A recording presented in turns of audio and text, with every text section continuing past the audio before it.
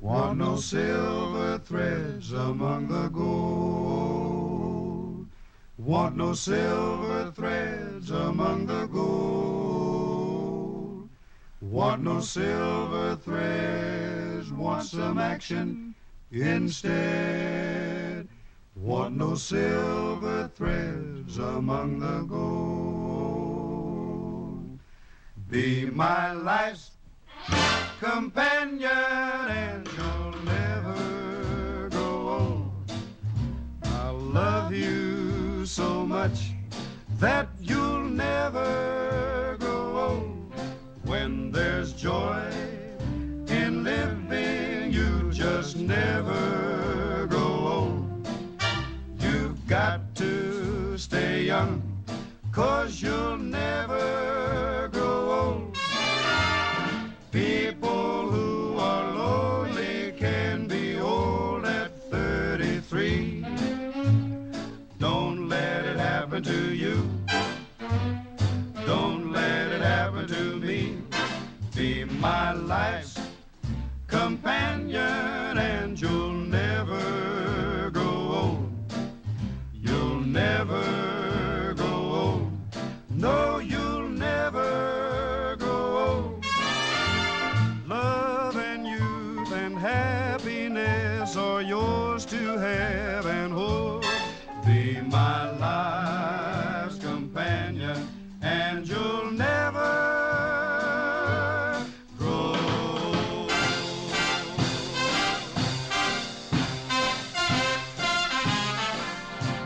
I know a man who's lonely and he's old at 33.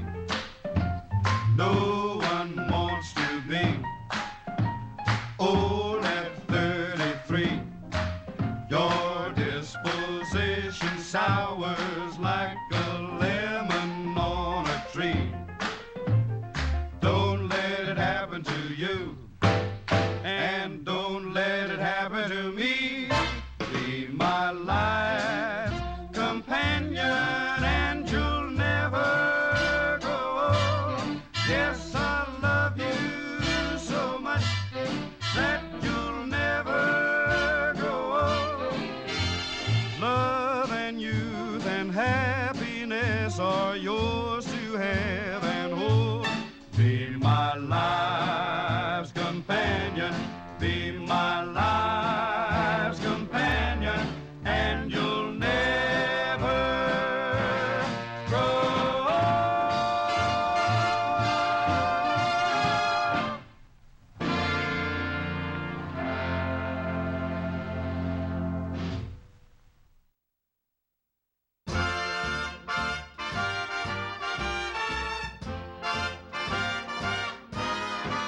We have an American institution as alive as the Senate or House of Representatives, not listed anywhere in the original 7 articles of our Constitution. On Fridays every fall, in places from New York City to Galliano, communities gather for a weekly ritual that feeds and entertains off the competition of adolescence. Football in South Lafourche had its official origins in 1948, around the same time Harry S. Truman was re-elected president. We had reading football games on Sunday afternoon, but the cops would chase us out from the school ground because Prof. Miller, our principal, didn't like us to go out there, catch all kind of simple excuse not to let us play. So eventually, I guess all the school got together and they said we're gonna play football.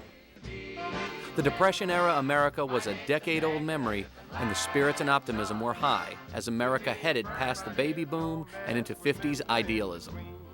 I always said if people just had a taste of what it was to live in the 50s, you would never want to go back. It was just such an easy time. Kids got along together. You used your imagination. By the fall of 1952, South Lafourche was well underway to becoming a major source of energy for the United States.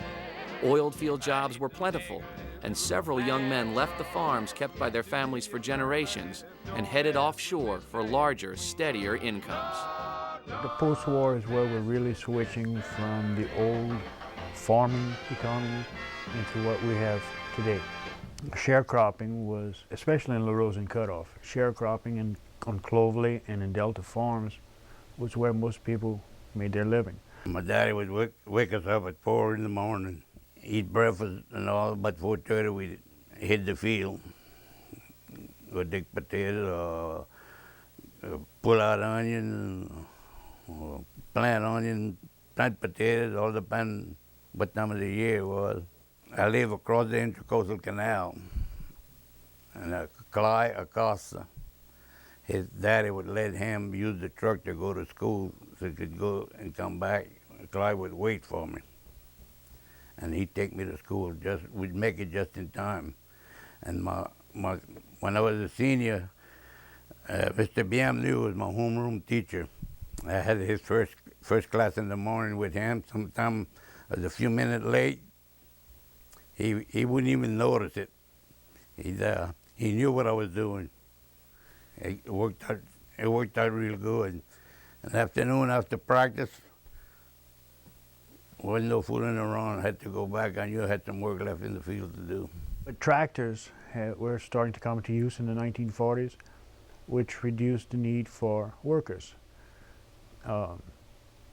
As people were being released from the farms, they were coming up closer to the bayou and getting other types of jobs. An oil field, luckily, was starting to kick. And another interesting, maybe a side effect of this economic change was that kids were staying in school longer. Like my daddy, for example, he quit in 7th grade to go work in the fields, earn money for the family. Once you took away the fields, I guess the kids were staying in school longer, and more kids were graduating from high school. The growth of the LaRose and Cutoff communities led to the consolidation of two of the area's high schools. LaRose Cutoff High School, or LCO, was founded in 1950 in an attempt to better accommodate the area's surging population. This convergence of two neighboring communities presented an excellent challenge for Coach Roland Chasson and his contemporaries. There was no program as such, so I had the opportunity to begin a program with the athletics, football, baseball, basketball, and track, of course. And in addition to that, I knew I wanted to do something for the 100 and something other kids who weren't involved in sports. So I planned an elaborate program for them. I was fascinated by some of his tactics, for instance, in teaching. When he was teaching his boys safety, for instance, they would jump from the bleachers, land on the floor, and fall and roll. And my girls used to look at me and say, promise us you're never going to make us do anything of that sort. He had a program at LCO where everyone who wanted to participate could. Not just the football team, not just the track team or the basketball team, but intramural sports. Coach Chasson he had it well planned, well organized, and he kept records. We just poured ourselves. It was a new school. It was a combination of two neighboring schools, and it was like getting them together, getting them to become one unit, one family, and the staff was marvelous. It was like a big family for all of those years. So he did a remarkable job in getting that group together. In fact, the whole school, because he was involved in physical ed and all of those boys, and working with Rosemary, with the girls, they did a tremendous job. And I think that's what kept that school together. You know, when you're in high school, you don't realize that whatever you do there is gonna carry with you for the rest of your life. And so you just go about doing things and all, and so you don't realize how important it is.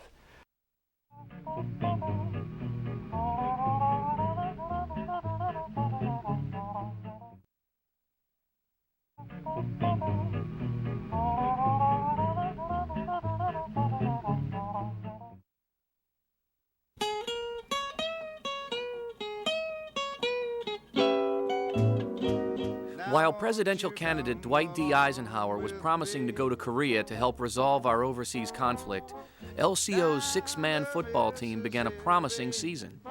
The Bulldogs lost their first game in 1951, but won every game afterwards. Coach Chasson was determined to keep their winning streak alive in the 1952 season. Practices were grueling, and endurance training played a pivotal role in the Bulldogs' 1952 success. I refrained from stating anything about a state title. I did this because the team before, and some of these players that played the year before, we started a winning streak. And that winning streak carried through that 51-52 season. And I felt that in fairness to the other kids, we want to try to continue that winning streak. So we concentrated on game to win the game, to continue that winning streak, and we forgot about the state championship. We erased it from our mind. We just wanted to continue winning games. And so it happened we were undefeated that year, and we did the same thing the next year to continue the winning streak by concentrating one game after the other. But the championship game was the farthest thing for our minds until we finally got in the playoff with McEwen High of Jackson. But that was the idea, and the kids, man, this just felt like, we want to win that next year. We want to win that next year.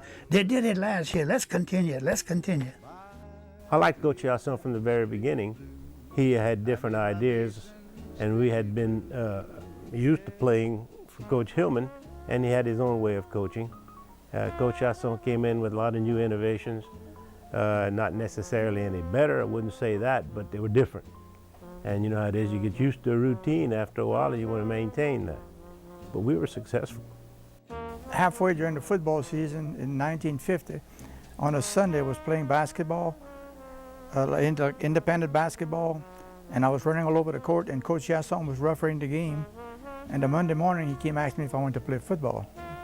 I was all excited. I said, yeah. So, and I was a freshman, but I just practiced with the team. I never played in any games when I was a freshman. In the sophomore year, I started playing, and in my junior year, we won state. But Coach Chasson, to me, could have gone in any town, any city in the United States and picked up 14 or 13 at random individuals and put them in shape and teaches the game like he did, and you could have won a state championship. I think a lot had to do with his personality. He was the person who you do it right. If you do it wrong, you have to learn how to do it right. That's his attitude. And I'm sure his strong disciplinarian aspect with the boys had a lot of carryover from his service in the Marine. His conditioning regime was different than anything I'd ever seen. A lot of laps, a lot of sprints. And he led us in a game called Bohunka Says. Now that's also an area of controversy. Many people today sort of make light of the coach by calling him Bohunky. They don't know the truth behind it. When you were so tired you could hardly stand at the end of a long, hot practice, early in the fall or late in the summer, he'd make you line up and he'd make you do calisthenics. But he would say things like, in the old game of Simon Says, for example, Simon says do this. Well, it was Bohunkus Says.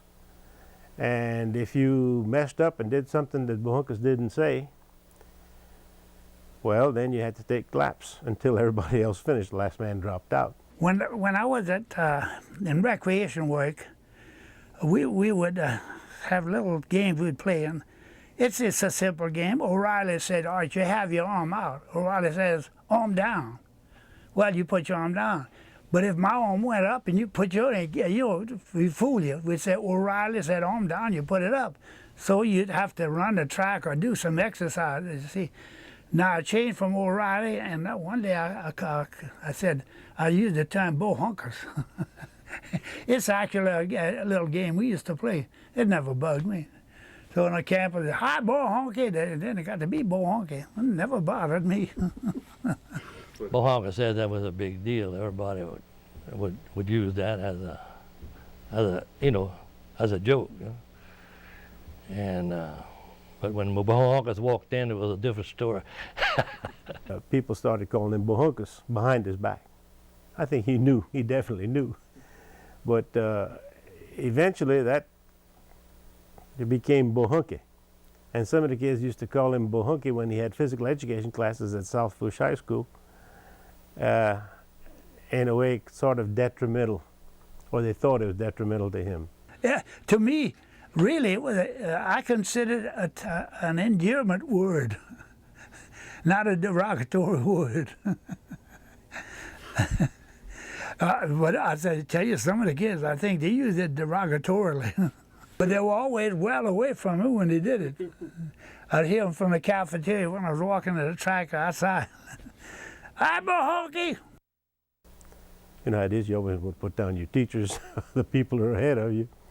But the name stuck, but the kids don't know what it all meant. It was something he had learned in the Marines, evidently, or whatever, and it worked.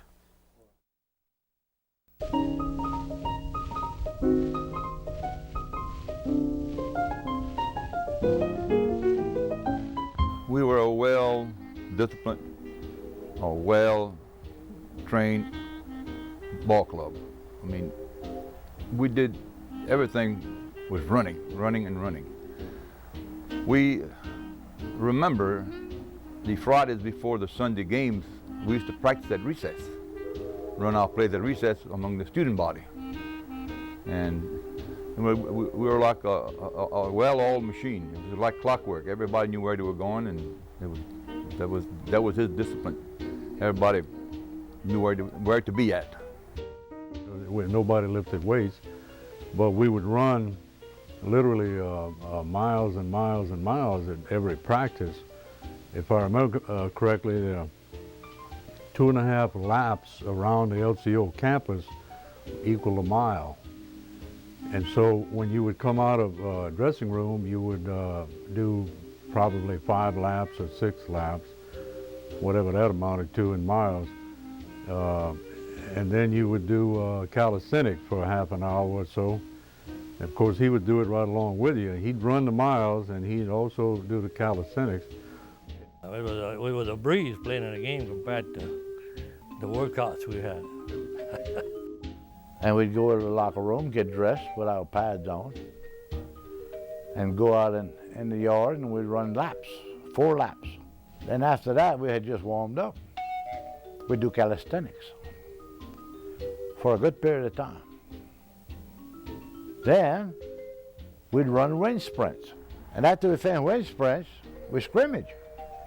If we had enough players in good shape, we would borrow, listen to this one, basketball coaches, ag teachers that were young to dress out to scrimmage with us because we didn't have 12 people, 6 for defense, 6 for offense to scrimmage.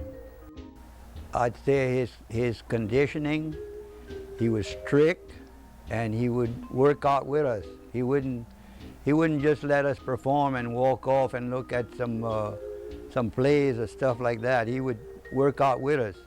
And if you didn't make your calisthenics right, he would come there and say, son, this is the way you have to do it, and he'd show you how to do it. If you were doing push-ups and your belly was touching the ground, he'd come in there and he'd show you exactly, he'd make 5 or 6 and show you exactly how to do it.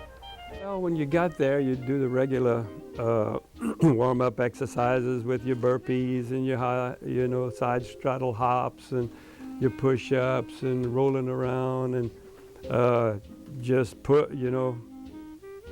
warming up. And then after that, you had to start running laps. And after you were good and warmed up, he thought that, okay, now we're gonna run sprints. And I tell you what, he'd run sprints until you couldn't step anymore. It was, down to the wire.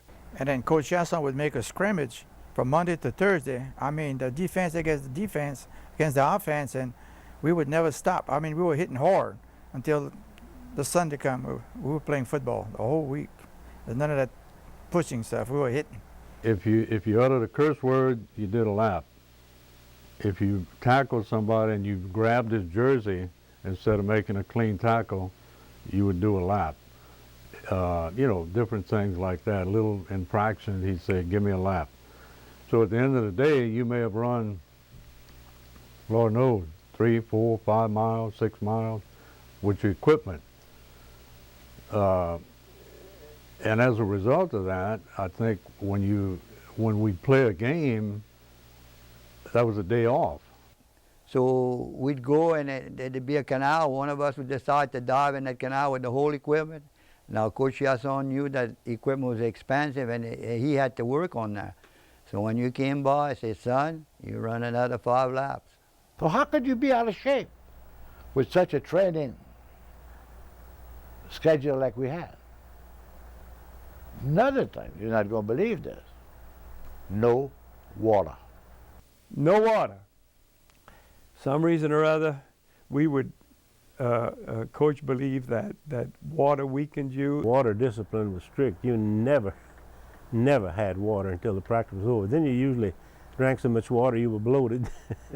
You drank no water once you got out of the locker room till you got back into the locker room for practice. You drank no water from when you got out of the locker room and you got back into the locker room for a ball game. I went on to play college ball later on, and it's the same thing. We'd practice 2 days there, and you'd have one small Coke bottle of water in the 3-hour practice. Somewhere around the middle of the practice, they'd bring you out a cold bottle of Coke, water in a Coke bottle. At the time, that's the current thinking on it. Nobody had water. Slow you down. Military philosophy, it worked. We were the champs.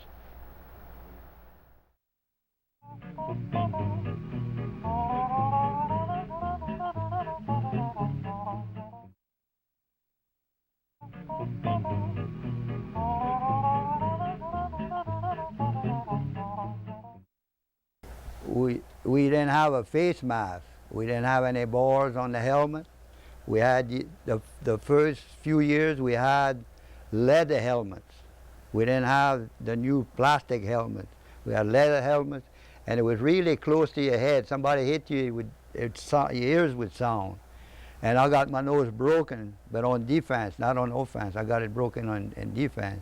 And all he did was put me a tape across the nose, and I didn't even know I had a broken nose. That's what Coach Chasson taught us. That when tackling, you went for the legs. Go for the legs, and you'll stop him every time. I believe that's why we had so many bruises in our faces, because we're all the time tackling the legs, and we're getting hit with the knee, with the shoe, with everything.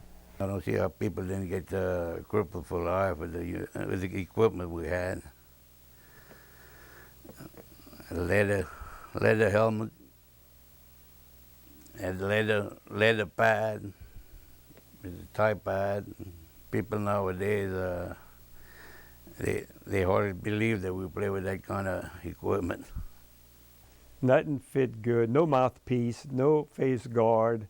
You had to tape the thigh pads to your leg because it would wobble like that when you ran and slowed you down, really slowed you down. And heavy, oh God, it didn't have the foam that they had today, and so it cut down your speed quite a lot.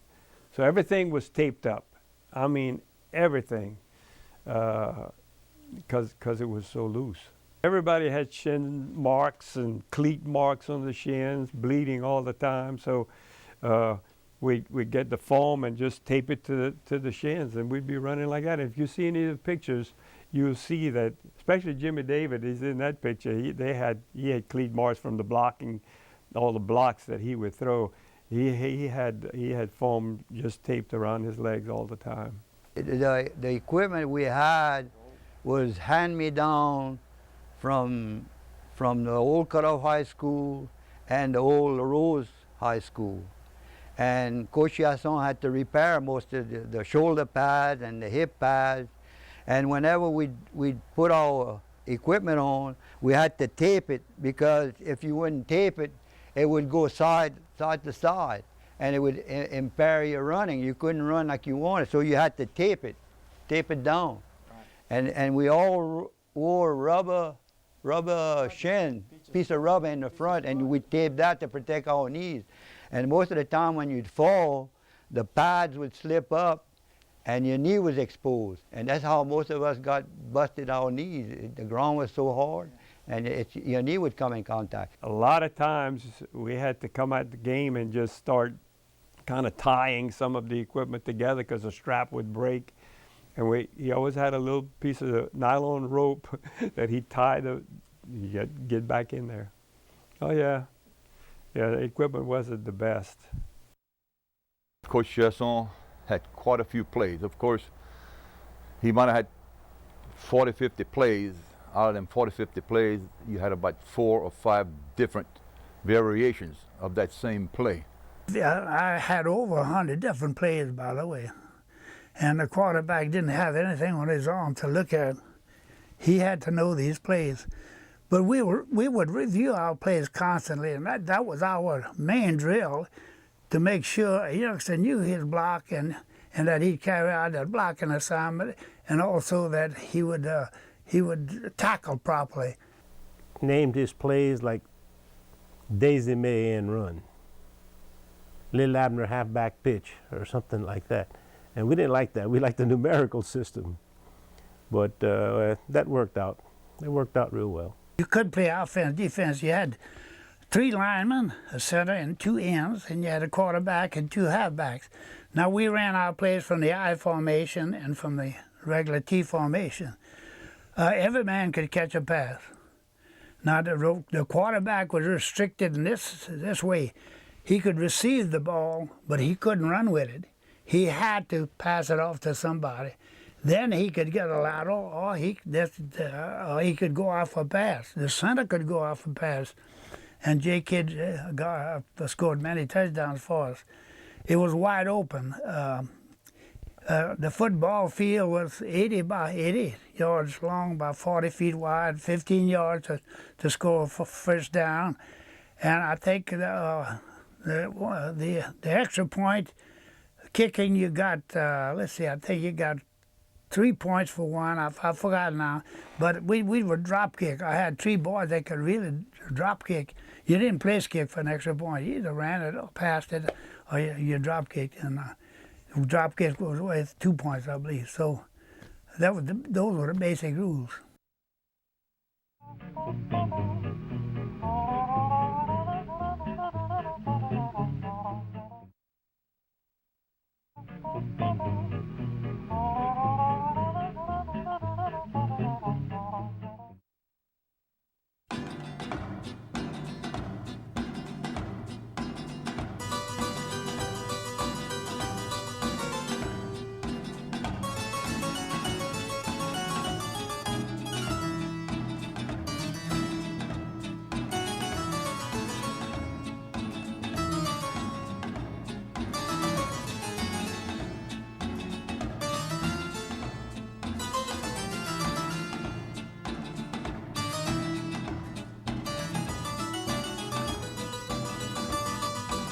They came out in brand spanking blue and white uniforms, fancy helmets, but they had never played before. Of course, Coach or Principal Arthurmont told us at the time, he said, "Boys, you guys are in for it." And we were really amazed when they came out there in those brand spanking new uniforms, and oh man, there might have been 40 guys all lined up coming on that field, and here we are in our old scraggly uniforms with tape holding us up. Holding the pants on.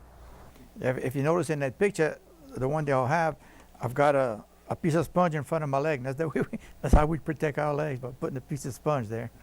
It didn't take long for us to establish superiority there. First thing you know, it was 21-0, and then maybe 40-0. It just went on that way. It just escalated. There was a rule that said 45, the game's over. But I learned later, out of that game, 96-0, I went to the coach, and he wanted to stop the game. I wanted to stop the game, but I learned later that the officials had to agree to it. Now, I don't know why the officials kept the game going. Still wondering about that today. They never told us. But they had the prerogative of stopping the game or continuing in spite of the rule. And that's how I went We continue. I mixed up the kids playing different positions and everything. But they were outmanned, and I felt sorry for them. That shouldn't have happened. We were celebrating. Well, we won the game. We just won a game. And we were, hooping and hollering and having a good time. So we went back in the dressing room. One of the guys, I think his chef, had a towel, and the referee was dressing in there. We didn't know he was in there, but the guy, whoever it was, I think, he thought it was another player. The guy was buck naked and he was bent over putting his shoe. He took a towel and popped him on the butt with a towel. And then we were all hollering and having a good time in there. Well, when that guy turned around, it was the referee. So, man, when he turned around, just like he'd have dropped a bomb, everything went quiet. Nobody said anything. All he did was size up the room and came back. I guess he turned around. He saw that it was a mistake, but it was too late. So I guess he turned around and he started giggling and laughing to himself, and said, "Oh well, they're just having a good time." Yeah, but he didn't know didn't know it was a referee, but he got a pretty good whack on the butt. The very first time that I went in a game in 1951. I was a sophomore then, and I had not played. I, practiced and everything, and I was sitting on the bench, and the team was on the 5-yard line. We're getting ready to score. So Coach Chasson said, "Sidney, get in there." So I started to run in, and Coach George Barrett said, "You don't think you ought to bring your helmet?" I left it on the bench.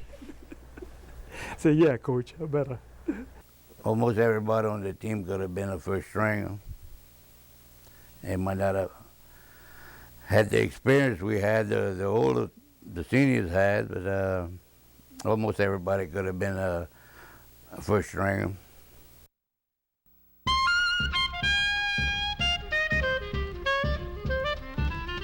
Jake Guidry, our center, and one of my closest friends, had placed his helmet on the heater in the boys' locker room, and it flattened up, not to the point where it was dangerous, the protection device, and it didn't touch that, but it was flat. And so when we got there the next Monday morning, he picks up his helmet. He says, "God, look what happened to my helmet. How am I going to play with that?"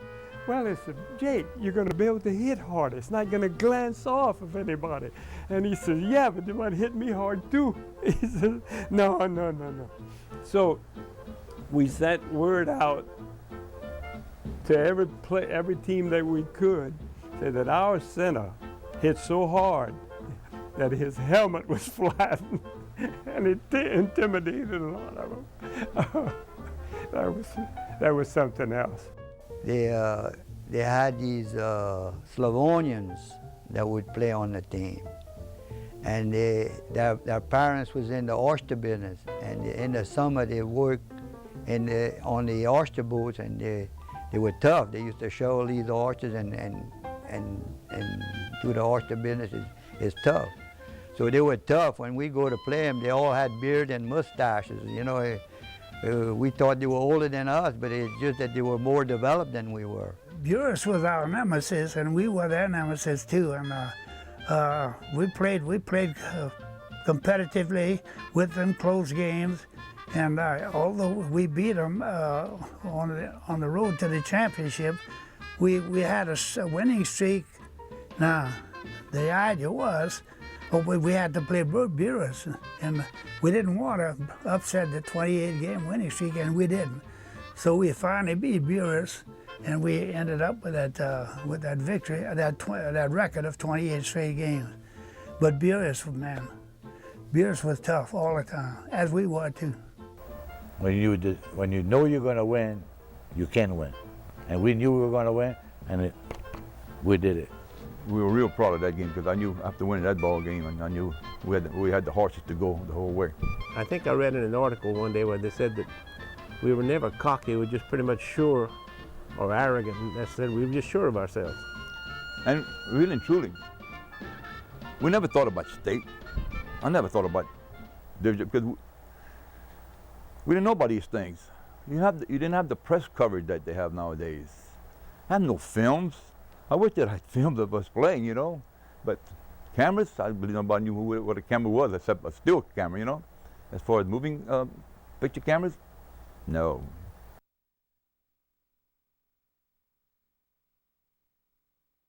General didn't have, through the years, they didn't have the defense that we had.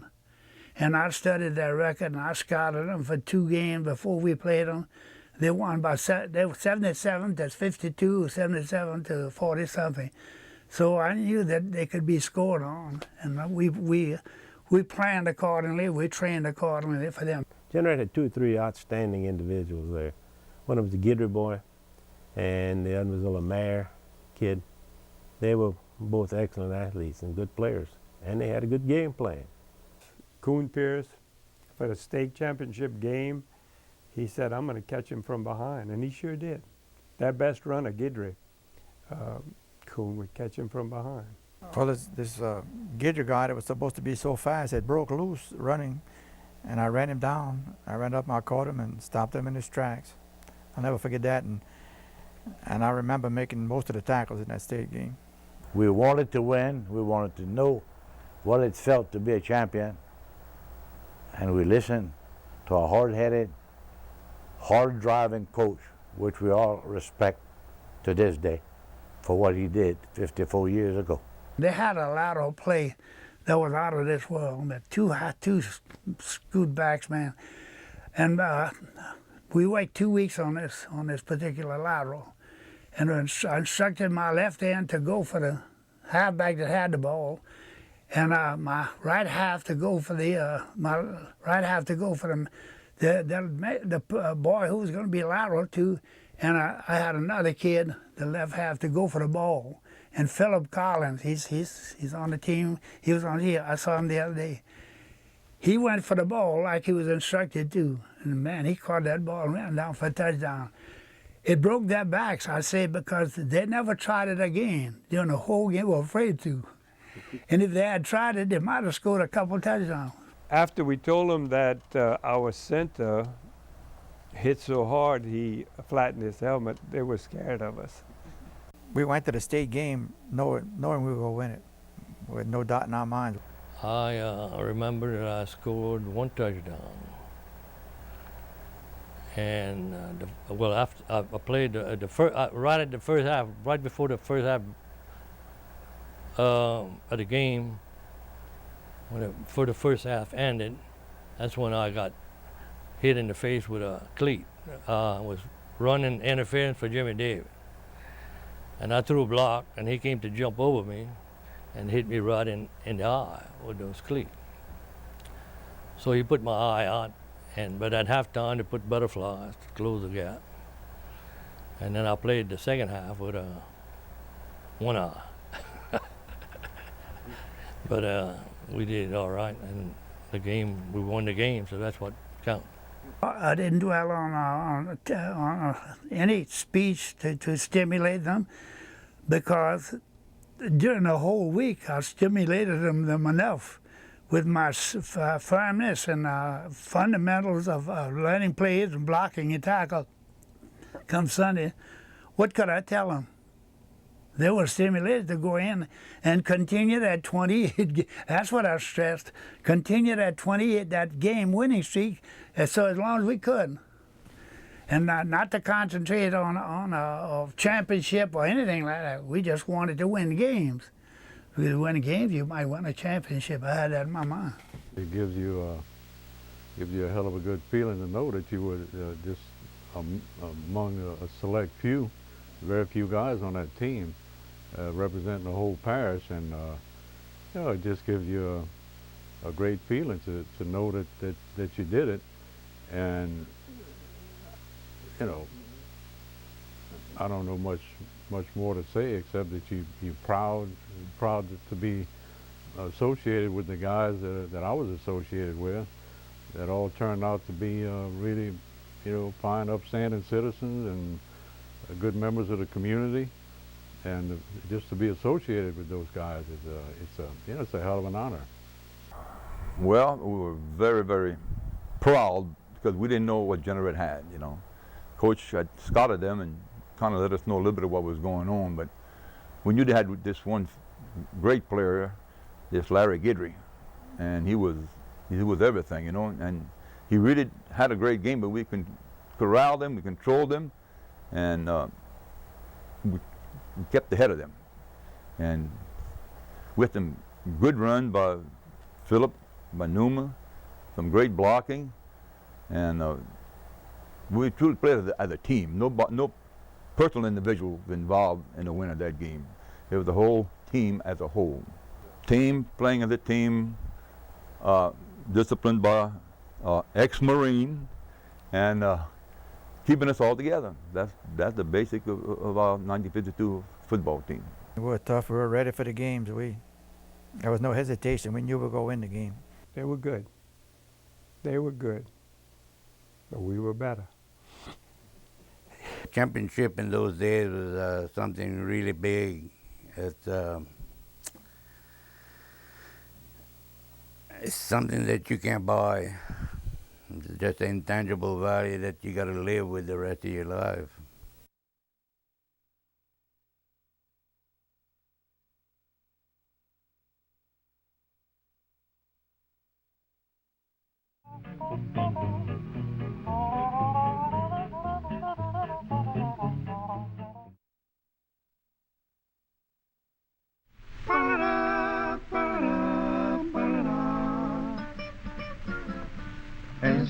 In that 28-game winning streak, we shut out 9 opponents.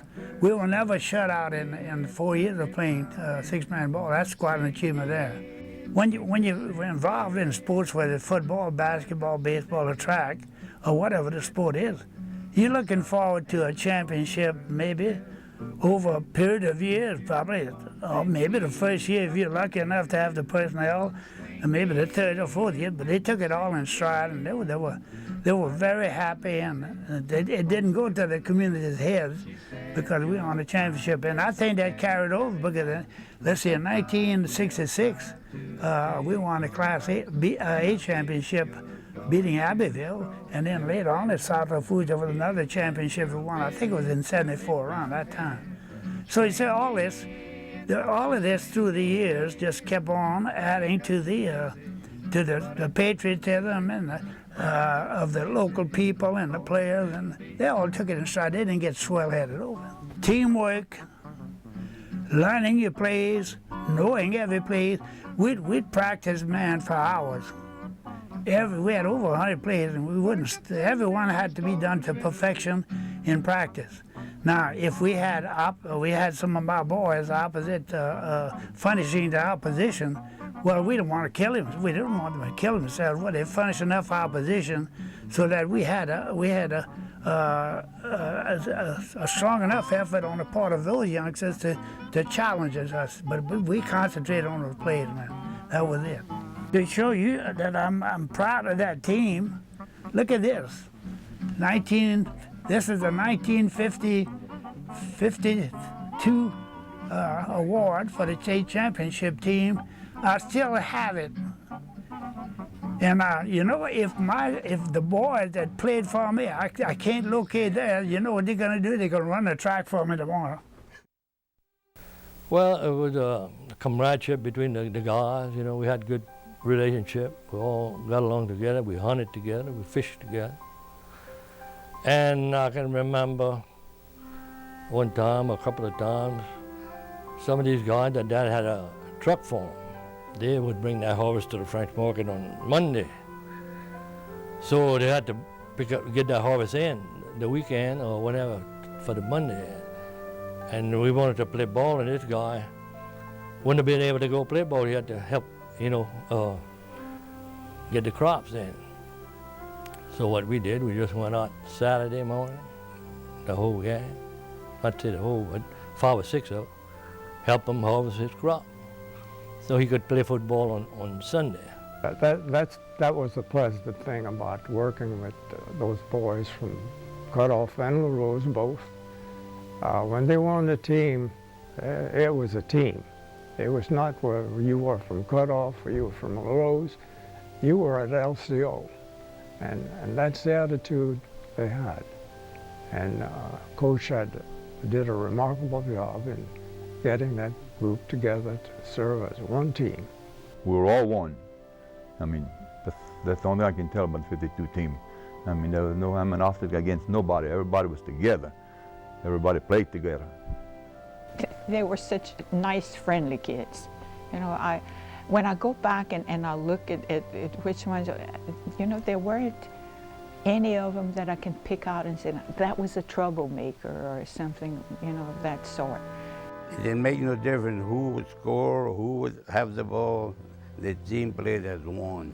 We just as happy to see somebody else score or make a block than if you do it yourself. We played together. And I remember when you got that letter jacket at the end of the season and were able to wear it out into the public, and you know how summers are over here, they're always warm. You know how falls here are, they're pretty much warm. And winter comes around and you have warm days, we wore them whether it was warm or not. It was just a big thing to do. And when you could go to your first social outing, a dance for example, you'd wear that jacket. Of course the kids from Golden Meadow would wear theirs, and occasionally you'd have someone come down from Lockport in his black and gold, but you'd wear that letter jacket and it was a source of pride. We had a hitchhike, but everybody knew you were playing football. They give you a ride, and we'd get home at Lee Brothers, and then we'd have to call across the bayou, call our parents, and our parents would come in a flatboat and cross us and bring us back home. Oh, everybody would come on Sunday to city games, everybody, and park their cars around the field. Had big support. They had good athletes on it, but we were better conditioned, and we were able to go for the longest time. We could have stayed forever in the game. You know, he had us well in physical condition. 14 individuals picked up by a Marine sergeant who was 31 years old. Came and said, well, we're going to get in shape. We scored 545 points that year. Our opponent, 71. If I couldn't have played football, I would not have graduated from high school. The only reason I went to school was to play football. My whole life revolved around football. And the people that we played with, they weren't in the same league with us, not in any shape or fashion. Nobody that we played. Well, I think we could have beat the pants off anybody anywhere. Coach Chasson, he was the best. He molded our character and set us on the right path that helped us the rest of our lives. He was that good. You know, he taught us that if you wanted something, you had to work for it, and you had to be in condition and stay in condition. He believed in that, and I'm sure that's from the Marine Corps. He said, believe in yourself. He's always tell us, look, you got to believe in yourself. You got to believe that you're a winner. Winners, they always have a plan. Winners always on time for practice. Winners take home state championships. 3 players and 1 coach from the 1952 LCO team are now gone. Through the memories of the remaining teammates, the legacy of the Bayou Bulldogs' accomplishments still lives 54 years later. To this day, the 1952 LCO football team remains the only 6-man football championship squad from Lafourche Parish. They exemplified what Roman poet Horace said best: rejoice while you are alive. Enjoy the day. Love life to the fullest. Make the most of what you have. It is later than you think. The young men on that team have now grown up and lived, and most are retired. At one time in their history, however, they battled together for their first moments of fleeting victory. And in those glorious days of 1952, they aspired for a goal no smaller or less significant than their first chance to fulfill the American dream.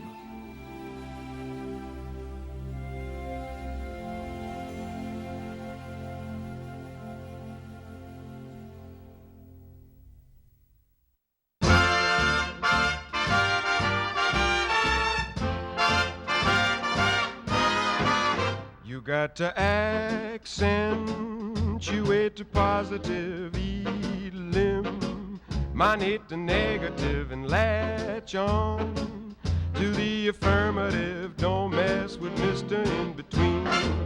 You got to spread joy up to the maximum, bring gloom down to the minimum. Have faith or pandemonium, liable to walk upon the scene. To illustrate my last remark, Jonah in the whale, Noah in the ark. What did they do just when everything looked so dark? Man, they said we better accentuate the positive,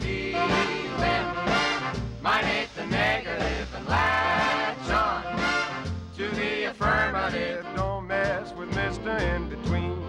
No, don't mess with Mr. In-Between. You gotta spread joy up to the maximum, bring gloom down to the minimum, and have faith or pandemonium, liable to walk upon the scene.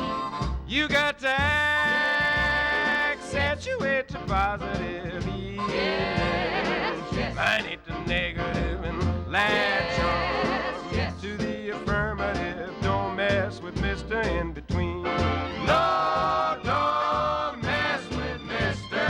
In-Between.